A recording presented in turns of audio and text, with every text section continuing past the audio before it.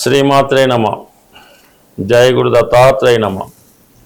ఈ వీడియోలో మనం కర్కాటక రాశి వారికి మే 16వ తారీఖు నుంచి 31వ తారీఖు మధ్యలో జరగబోయే మాస ఫలితాలు పరిశీలించినప్పుడు మరి కర్కాటక రాశి వారికి కుజుడు యోగకారకుడు.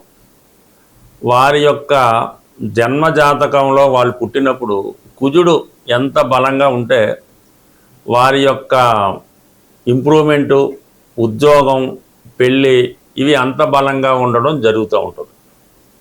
మరి అటువంటి కుజుడు ప్రస్తుతం ఈ పక్షమంతా కూడా దశమ స్థానమందు దిగ్బలుడై ఉండడమే కాకుండా రుచిక మహాపురుష యోగం అనే పంచమహాపురుష యోగం ఏర్పడడం జరిగింది.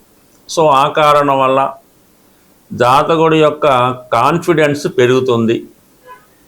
ఉద్యోగంలో చాలా నిజాయితీగా స్ట్రిక్ట్గా వ్యవహరిస్తాడు. ప్రభుత్వ ఉద్యోగుల బాధ్యత పెరుగుతుంది. కొన్ని కొత్త బాధ్యతలు చేపట్టవలసి ఉంటుంది. ఎటువంటి పనినైనా సమర్థవంతంగా నిర్వహించుకుంటూ జరుగుతూ ఉంటుంది. అలాగే జీవనోపాధి కొరకు కొత్తగా ఎవరైతే ఉద్యోగ ప్రయత్నాలు చేస్తున్నటువంటి నిరుద్యోగులకి ఉద్యోగ ప్రయత్నాలు ఫలిస్తాయి. సాధారణంగా ఇది యంత్రాల మీద, అలాగే అగ్ని సంబంధించిన ఫ్యాక్టరీలు అంటే స్టీల్ ఫ్యాక్టరీలు అలాంటి అగ్ని సంబంధించినవి, అలాగే మరి రియల్ ఎస్టేట్ సంబంధించినవి, అలాగే స్టోన్స్, రాళ్ళు ఇటువంటి వాటి రోడ్లు వేసేవాళ్ళు, ఇటువంటి వృత్తుల్లో ఉన్న వాళ్ళకి చాలా వరకు ఉద్యోగ అవకాశాలు వస్తాయి. అటు రాజకీయ రంగం ఉన్నవాళ్ళు సరే మరి మీకు కార్యకర్తగా ఉన్న ఒక సాధారణ స్థాయి, చిన్న స్థాయి రాజకీయ నాయకుడైనా కంప్లీట్గా మీకు మంచి హోదా, నేమ్ అండ్ ఫేమ్ లభిస్తుంది. మొత్తం పార్టీని నడిపే బాధ్యత మీకు రావడం జరుగుతుంది. ఇక పంచమాధిపతిగా ఉండడం వల్ల ఏంటంటే పిల్లల యొక్క అభివృద్ధి, మీలో ఉన్నటువంటి నైపుణ్యం, మీ పౌరపుణ్యం ఇప్పుడు అమల్లోకి రావడం వల్ల, అలాగే మీ పిల్లలకి ఏదన్నా మీరు మీ యొక్క సంతానం దేశ విదేశాల్లో ఉన్న వారికి టాలెంట్ ప్రకారం ఉద్యోగ ప్రయత్నాలు లభించే అవకాశం ఉంది. అటు సినిమా రంగంలో ఉన్న, రాజకీయ రంగంలో ఉన్న కంప్లీట్గా మీ స్థాయి నిలబడుతుంది. ముఖ్యంగా ఎవరైతే ఈ కర్కాటక రాశి వారు మెడికల్ విద్యలో ప్రవేశించాలని ప్రయత్నం చేస్తున్నారో, అది కొత్తగా ఎంబీబీఎస్ అవ్వచ్చు, అదర్ దెన్ మెడికల్ డిపార్ట్మెంట్స్ అవ్వచ్చు, లేదంటే పీజీలకు సంబంధించిన వాళ్ళకి ఈ సమయంలో అంటే ఇంచుమించుగా కుజుడు మీకు జూన్ 20వ తారీఖు వరకు మేషరాశిలో కర్కాటక రాశి వారికి దశమ స్థానం అవటం వల్ల జూన్ 20 లోపల మీకు 100% మీ యొక్క ప్రయత్నాన్ని బట్టి 100కి 100 ఈ మెడికల్ విద్యలో ప్రవేశించాలనుకున్న వాళ్ళకి సునాయాసంగా మంచి కాలేజీలో సీటు రావడం జరుగుతూ ఉంటుంది. ఇక ఇంకొక అడ్వాంటేజ్ ఏంటంటే వీళ్ళకి లాభస్థానంలో రవి బుధుల యొక్క బుధాదిత్య యోగం. ఇక రవి బుధులు అంటేనే ప్రభుత్వ ధనం, బ్యాంకులు, వ్యాపారం, వ్యాపార లాభం, విద్యా లాభం లభిస్తుంది. మరి ఇటువంటి రవి బుధులు లాభస్థానంలో ఉండడం వలన ప్రభుత్వ పథకాలు మీకు అనుకూలంగా ఉంటాయి. ప్రభుత్వ అధికారులు సహకరిస్తారు. అంటే మీ మేనమామలు అవ్వచ్చు, అలాగే మీ తండ్రి గారు అవ్వచ్చు, మీ విద్య నేర్పిన గురువు అవ్వచ్చు, లేదంటే ఒక బ్యాంకు సహకారంతో మీ యొక్క ఆర్థిక సహకారానికి సహకారం లభిస్తుంటుంది. అంటే సహజ వృషభ రాశి మీకు లాభస్థానం అవడం వల్ల ఎక్కువ మంది మీకు ఫ్రెండ్ సర్కిల్లో ఈ వడ్డీ వ్యాపారం చేస్తున్న వాళ్ళు, అలాగే భూస్వాములు అంది ఎక్కువగా ఉంటారు. వాళ్ళు మీకు ఏదో విధంగా మీరు అడగకుండానే సహకరించే స్థితిలో ఉండడం జరుగుతుంది. అందువల్ల ఏంటంటే ఇప్పుడు ముఖ్యంగా ఈ రవి లాభస్థానంలో ఉన్నప్పుడు ప్రభుత్వ ఉద్యోగ ప్రయత్నాలు ఫలిస్తాయి. ప్రభుత్వ అధికారులు సహకరిస్తారు. తండ్రి గారి సహకారం సంపూర్ణంగా రావడం జరుగుతుంది. ఇక ప్రధానంగా 12వ స్థానంలో శుక్రగ్రహం, ఇంచుమించుగా ఈ పక్షమంతా శుక్రుడు గురువుతో పాటు కలిసి ఉన్నారు. ఇది స్త్రీల కొరకు ధన వ్యయం అవుతుంది. మీ పిల్లల యొక్క అభివృద్ధి కొరకు, అంటే వాళ్ళు మీ సంతానం ఎవరైనా విదేశం వెళ్తున్నా వారికి మీరైనా వివాహం చేయాలనుకున్న వివాహ సంబంధించిన ఖర్చులు, అలాగే కాలేజీలో చేరాలనుకున్న పిల్లల యొక్క ఆరోగ్యం కొరకు ఎక్కువ ధనాన్ని ముందుగానే మీరు డిపోజిట్ చేయడం జరుగుతుంది. అలాగే స్త్రీలతో పరిచయం ఏర్పడుతుంది. మీరు ఎవరినైతే కలిసి మీ జీవితాన్ని ఆనందంగా, సంతోషంగా గడపాలనుకున్నారో అటువంటి హోదా కలిగిన మంచి ఆధ్యాత్మిక రంగంలో ఉన్న వాళ్ళు అవ్వచ్చు, మంచి మేధావులు, ప్రొఫెసర్ లాంటి వ్యక్తులు మీకు పరిచయం అవడం జరుగుతుంది. మీకున్నటువంటి సందేహాలు వాళ్ళ ద్వారా నివృత్తి చేసుకున్నారు. ఆగిపోయినటువంటి మీ విద్య తిరిగి పునఃప్రారంభం అయ్యే అవకాశం ఉంది. ఏదో కారణాల వల్ల విద్య మధ్యలో అయిపోతుంటుంది, అది తిరిగి మళ్ళీ మీరు ప్రారంభించుకోవచ్చు. అలాగే ఏదైనా వివాహ ప్రయత్నం మధ్యలో అయిపోయింది, తిరిగి మళ్ళీ ప్రయత్నం చేయడం వల్ల ఆగిపోయినటువంటి ప్రయత్నాలు తిరిగి నెరవేరుతాయి. అలాగే గతంలో మీకు దూరమైనటువంటి ఒక మిత్రుడు లేదంటే ఒక గర్ల్ ఫ్రెండ్ తిరిగి మళ్ళీ మీ జీవితంలో ప్రవేశించడం జరుగుతుంది. బట్ ఏదైనా ఒక ఈ కర్కాటక రాశి వారికి ఇప్పుడు ఉన్నటువంటి గ్రహాలు వరుసగా అంటే ఎనిమిదో స్థానంలో ఉన్నటువంటి రాహు కొన్ని అవమానాలని ఇబ్బందుల్ని పెట్టినా, భాగ్యస్థానంలో ఉన్నటువంటి శని ఆధ్యాత్మిక చింతన కలిగిస్తాడు. దశమంలో ఉన్నటువంటి కుజుడు ధైర్యాన్ని ఇచ్చి ఉద్యోగం స్థిరమైనటువంటి ఆదాయాన్ని ఏర్పాటు చేస్తాడు. లాభంలో ఉన్నటువంటి రవి బుధులు విద్యార్థులకు అనుకూలిస్తూ ఉంటుంది.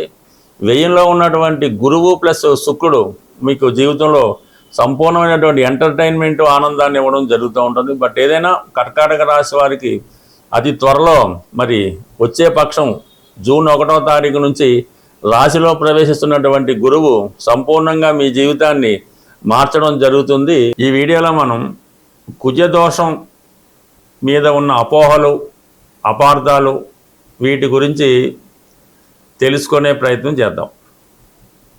సాధారణంగా కుజదోషం అన్నది ఇంచుమించుగా ఒక 100 జాతకాలు పరిశీలిస్తే 90 జాతకాల్లో ఈ కుజదోషం ఉంటుంది. ఈ కుజదోషం అన్నది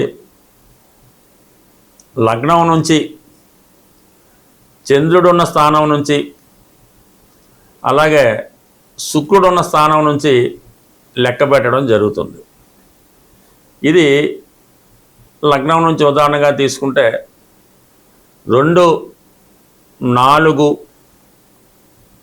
7, 8, 12 స్థానాల్లో కుజుడు ఉన్నప్పుడు అది కుజదోషంగా భావించడం జరుగుతుంది.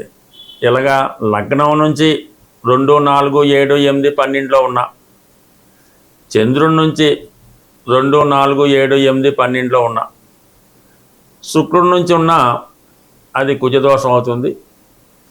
అయితే 1వ స్థానంలో కుజుడు కొంతమంది కుజదోషం అని, కొంతమంది లేదని చెప్పడం జరిగింది. బట్ ఏదైనా కుజుడు 1వ స్థానంలో ఉన్నా కూడా అది కుజదోషంగానే పరిగణించవలసి ఉంటుంది. అయితే గురువర్గ లగ్నాలైనటువంటి మేష, కర్కాటక, సింహ, వృశ్చిక, ధనుస్సు, మీనరాశుల్లో రాశియందు లగ్నమందు గురువు ఉన్నా కూడా కుజదోషం కింద కాదని, వృషభం, మిథునం, కన్య, తుల, మకర, కుంభాల్లో లగ్నమందు కుజుడున్న దోషం అని చెప్పడం జరిగింది. బట్ ఎక్కడున్నా రాశి అందు కానీ లగ్నం కానీ ఉన్నటువంటి కుజుడు 4, 7, 8 స్థానాలను వీక్షిస్తాడు. ఇది సివియర్ కుజదోషంగా మనం భావించవలసి వస్తుంది. సో ఈ విధంగా పరిశీలించినప్పుడు ఇంచుమించుగా 100కి 90-95 జాతకాల్లో కుజదోషం ఉండడం జరుగుతుంది. బట్ ఇది కుజదోషం ఉన్న వాళ్ళనే పెళ్లి చేసుకోవాలా అన్న విషయం ఒకటి ప్రచారంలో ఉండడం జరిగింది. కుజదోషం ఉన్న స్థానాల్లో వేరొక జాతకంలో ఈ స్థానాల్లో వేరే పాపగ్రహాలు ఉన్నా కూడా కుజదోషం న్యూట్రల్ అవుతుంది. అయితే ఇది వ్యాపార దీక్షతో గాను తెలుసో తెలియకో కొంతమంది చూస్తున్న ప్రతి జాతకంలో కూడా వాళ్ళు ఏదో 10th పాస్ అయింది అమ్మాయి, ఏ కోర్సులో చేర్పించాలి, లేదంటే అమ్మాయి ఇప్పుడే జన్మించింది, ఏ పేరు పెట్టుకోవాలి, లేదా అమ్మాయికి ఏదో కొద్దిగా హెల్త్ బాగాలేదు, ఎలా ఉంటుంది, ఏ జాతకం మన దగ్గరికి అమ్మాయి జాతకం వచ్చినా కూడా అసలు విషయం మానేసి ఈ అమ్మాయి కుజదోషం ఉంది, ఈ కుజదోషం ఉండడం వల్ల పెళ్ళి అవ్వదు, లేదంటే ఇంకొక ప్రాబ్లం అది వస్తుంది, లేదంటే లవ్ అఫేర్ ఉంటుంది, ఈ విధంగా జాతకుడు చెప్పి దాని పరిహారం చేయించడం జరుగుతూ ఉంది. అది తెలియక కూడా కావచ్చు, ఇది వాళ్ళు కూడా నమ్మి ఏదో 8 సంవత్సరాల అమ్మాయికి ఏదో వ్యవహారం చేస్తే కుజదోషం ఉందని భయపడి అందరికీ చూపించి ఈ విధంగా ఇబ్బంది పడడం జరుగుతుంది. ఈ కుజదోషం ఉన్నవాళ్ళు కుజదోష పరిహారం చేసుకోవలసి వస్తే అది వివాహానికి ముందు, అంటే మనకు ఒక సంబంధం నిర్ణయమైన తర్వాత అబ్బాయి జాతకంలో కుజదోషం లేదు, అమ్మాయి జాతకంలో కుజదోషం ఉన్నది, అప్పుడు వాళ్ళిద్దరికీ పెళ్లి చేయాలనుకున్నప్పుడు ఆ అమ్మాయికి కుజదోష పరిహారం చేస్తే అప్పుడు ఆ దోష పరిహారం అయి తర్వాత చేసే పెళ్ళి అనుకూలంగా ఉంటుంది కాబట్టి ఆ విధంగా చేసుకుంటే మంచిది తప్ప అసలు ఏ సంబంధం లేకుండా ముందే పరిహారం చేపించారనుకోండి, అప్పుడు మళ్ళీ కుజదోషం లేని అమ్మాయి మళ్ళీ ఎక్కడ మనం ప్రయత్నం చేస్తాం, అది తప్పు. కాబట్టి కుజదోష పరిహారం అన్నది వివాహానికి ముందు చేయవలసినటువంటి క్రియ. అది అనేక రకాలుగా సాంప్రదాయ వారీగా ఉండడం జరుగుతుంది. బట్ ఈ మధ్యకాలంలో ఒక అమ్మాయికి సాధారణంగా అంటే ఒక అబ్బాయి అనుకుందాం, ఈ అబ్బాయికి ఏముందంటే యాక్చువల్గా ఏదో ఒక అబ్బాయి జీవితంలో ఒకటే పెళ్లి రాసిపెట్టి ఉంది. కొద్దిగా లేటు, అతనికి ఉద్యోగం లేకపోవడం వల్ల లేదంటే వేరే సాంప్రదాయ వృత్తిలో ఉండడం వల్ల వివాహం లేట్ అవుతుంది. ఎవరో ఒక గుళ్ళో పూజారి చూపిస్తే ఈ అబ్బాయి కుజదోషం ఉంది, పెళ్ళి అవ్వట్లేదంటే సరే ఏంటి పరిష్కారం అంటే ఈ డూప్లికేట్ మ్యారేజ్ ఏదో అరటి చెట్టుతో పెళ్లి చేయలేదు చెప్పారు. ఆ విధంగా వాళ్ళు ఆ పెళ్లి చేశారు. ఉన్నది ఒకే పెళ్లి అబ్బాయి జాతకంలో, ఈ అరటి చెట్టుతో పెళ్లి అయిపోయింది. ఇంకా తర్వాత 10 సంవత్సరాలైనా వివాహం అన్నది అబ్బాయి కావలేకపోవడం జరుగుతుంది.